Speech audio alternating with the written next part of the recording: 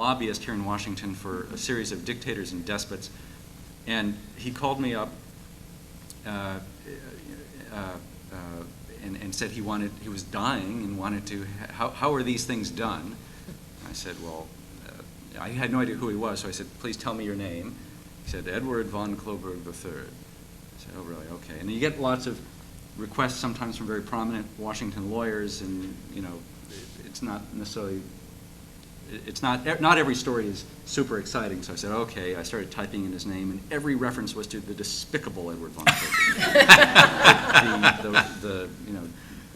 There was a Google fill in the blank. So suddenly my interest peaked, and I said, well, really, you know, tell me more about how you're feeling and when we can get together. And he said, well, I'd love to have lunch with you on next week. Can we arrange that? He had a very he was from New York and not from a particularly prosperous background, but he talked like a character out of a Noel Coward play.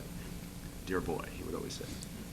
And I said, well, I'd love to have lunch with you, but under one condition, that I'm not doing this to waste my time, that I don't want you telling me how everything in your career was a total misunderstanding and how you were really a great guy. He goes, oh, no, everything I did was terrible. I'll tell you all about it.